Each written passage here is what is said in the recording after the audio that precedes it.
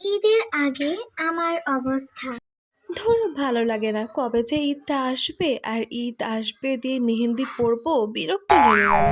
ধুর, ভালো লাগে না। কবে যে ঈদটা আসবে আর ঈদ আসবে দিয়ে আমি নতুন শাড়িটা পরবো, বারবার গায়ে ফেলে ফেলে দেখছি, ভালোই লাগছে না। কবে যে আসবে আর কবে পরবো।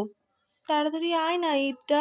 Oh my god. এবার তো মাকে পটিয়ে পাটিয়ে 3টে কানের দুল আদায় করেছি। যাই হোক, এখন কোন কানেরটা পরবো বলুন তো, কি যে করা যায়।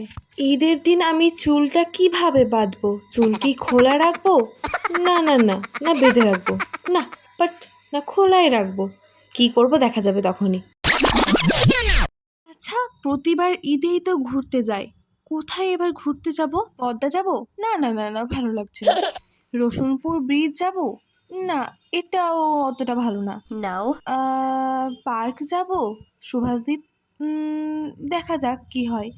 আচ্ছা, ঈদটা তো আসুক, তারপরেই ভাবা যাবে খন। ঈদের পরে আমার অবস্থা। ইস, ঈদটা যদি আর কয়েকদিন পরে আসতো বেশ ভালো লাগতো। ঈদটা এলো আর চলে গেল। ধুর, ভালো লাগে না। দুদিন পরে যদি ঈদটা হতো তাহলে মেহেন্দি ডিজাইনগুলো আরো ভালো ভালো দেখে রাখতাম, মেহেন্দি দিতাম। আমার একদম ভালো লাগছে না এই মেহেন্দি ডিজাইনটা। ইস, দুদিন পরে যদি ঈদটা হতো আরো হয়তো মজা বেশি হতো। ভালো লাগছে না একদম আমার।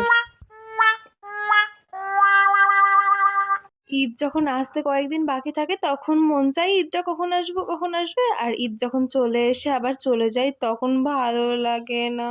Oh my god. ধুর ধুর ধুর ধুর, ভালোই লাগে না।